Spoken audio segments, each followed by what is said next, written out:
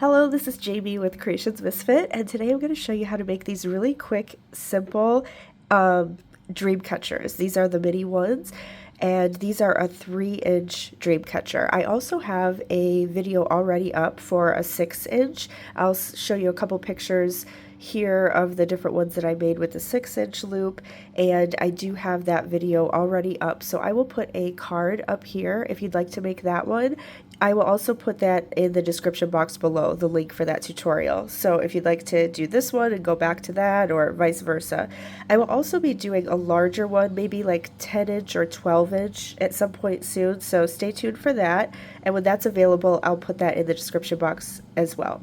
But for today, we're going to do the 3-inch. So you will need a 3-inch ring. I just got these on Amazon. You can get them at any craft shop. I think I got like 10 for maybe $5 or $6, something like that. And then we will be using a 3mm hook, and you'll need a pair of scissors and a yarn needle to sew in your ends. And for the yarn, I like to use cotton for these. I've never really tried acrylic. I'm sure it would be fine, but you know, you want something that's not going to pill most likely. So I used cotton for these. And then this one, this is not cotton, I think this is acrylic, but it's mandala and it's no pill. So I'll be using that for today. It only takes a little bit. It does not take much yarn at all. And then if you want to do any kind of embellishing, you can do beads or feathers.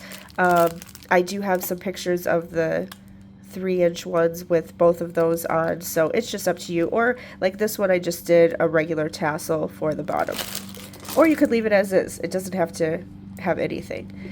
Alright, so let's go ahead and get started with our dream catcher. We are going to start by making it first, and then we attach it to the ring afterwards. You can just set that to the side for now.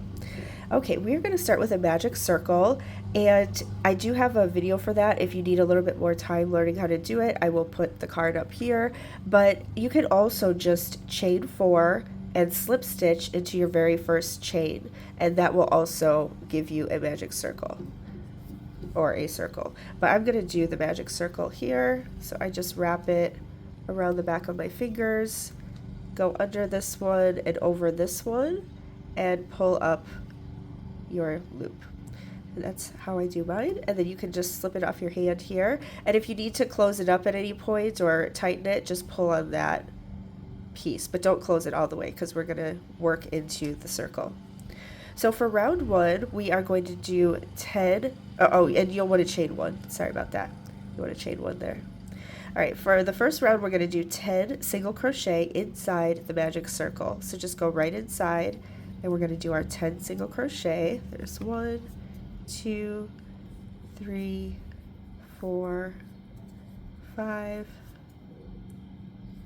6, 7, 8, 9, and 10. And then you will want to close the circle from here. So tighten it with this strand. Just pulling on that, tighten it all the way up. And we will slip stitch to the very first single crochet that we made. So if you're unsure, sometimes because where we chained, it looks, you know, like maybe that was a stitch, you can always count backwards: 1, 2, 3, 4, 5, 6, 7, 8, 9, and 10.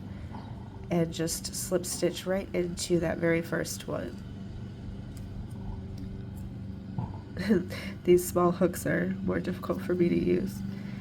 Okay, so there we go, and we're gonna chain after that, but I am going to just pause the video quickly and tie in this loose end because it's harder for me to do the tutorial and show you with that hanging off. So I will be right back. If you'd like to sew yours in, you can, or just wait till the end. Okay, so for round 2, we are going to chain up 6. 1, 2, 3, 4, 5, and 6, and then we're going to slip stitch into the very next stitch, and it kind of makes like a loop or a petal like this, and we're just going to repeat that all the way around. Chain up 6 and slip stitch into the next. So you could just go ahead and pause the video and do that all the way around. Now when you come back around, you might get 9 petals, you might get 10. It just depends on how you crochet. I'm going to do 10, but when you get back around, it kind of looks like you have to go into the slip stitch, and that's fine. But if you feel like you can only get 9 in, that's fine too. It's not going to mess up the pattern at all. Okay, so I will meet you back at the end of round 2. Alright, here I am after 9, and you can just stay there if you'd like, or I'm just going to go ahead and do my 10th one. Sorry, I have my window open and people are cutting their grass. I hope that's not too bothersome. And then I'll just go into this last piece right there to slip stitch. Okay, and we should have something that looks like this after the second round. And we will go on to round 3. So for round 3, we're going to chain up 4. 1, 2, 3, 4. And then we're going to slip stitch right into that petal or that chain space there. Just slip stitch right into that.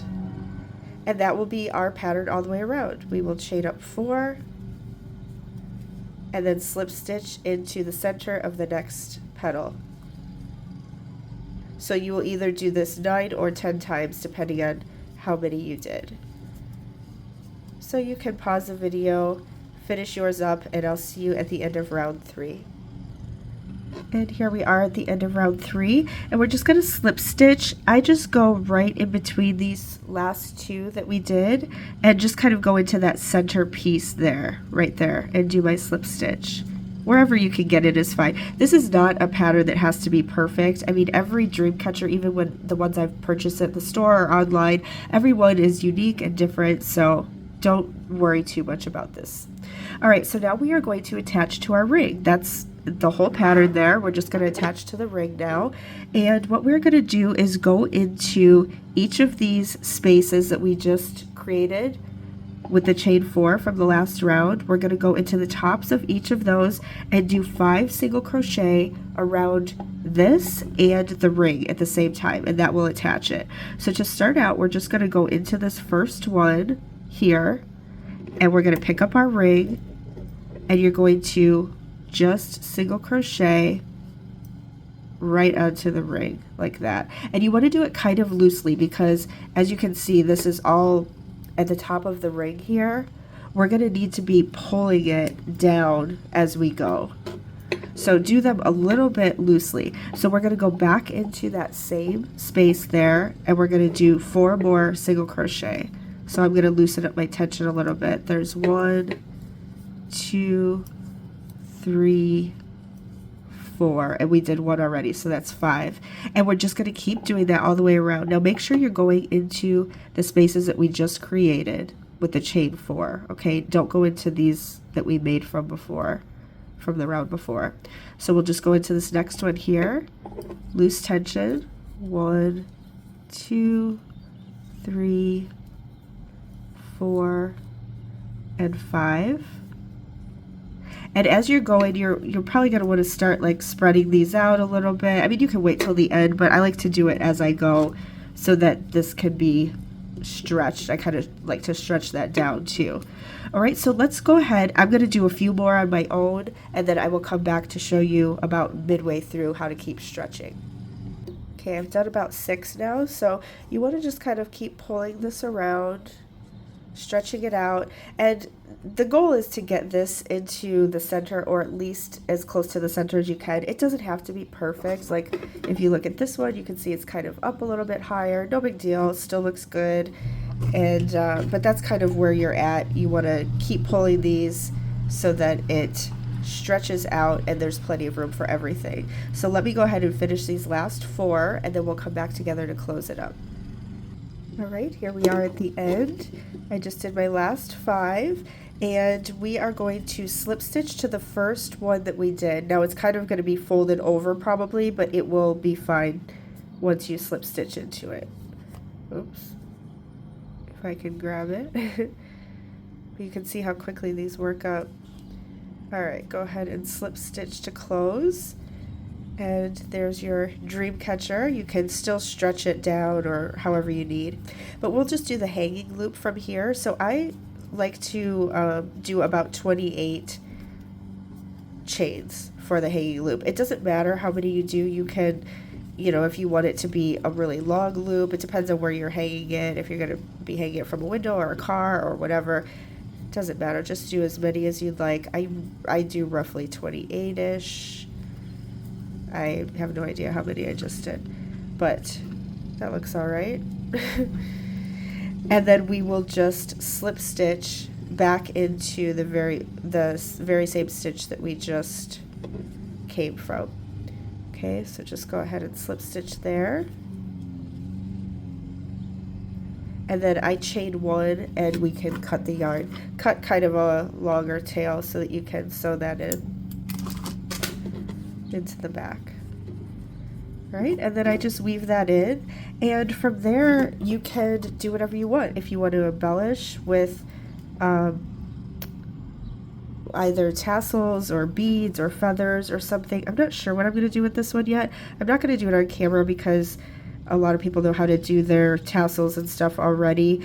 I do have a video for how to make a tassel. If you'd like to do that, I will put like a little card up here so that you can click on that, or you can just wait until the end of the video here and I'll put like a little video up that you can just click on.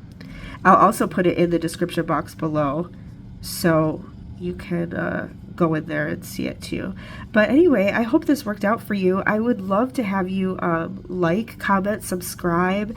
If you're not a subscriber already, I have a lot of video tutorials, and I would love for you to take a look at some of those and see if there's other things that you'd like to make. I'm also always doing new videos, so yeah, stick around, look through some of the other ones, and if you could comment, let me know how this worked out for you, or what colors you did, what yarns, what kind of embellishing, who you made it for, where you're going to hang it. I love to hear those things, and I do try to get back to every comment. So I appreciate you being here. Thank you so much. I'm going to put a video right here that you can click on, and that will get you the tassel if you'd like to make that. So have a wonderful day, and I hope to see you in the next one. Bye.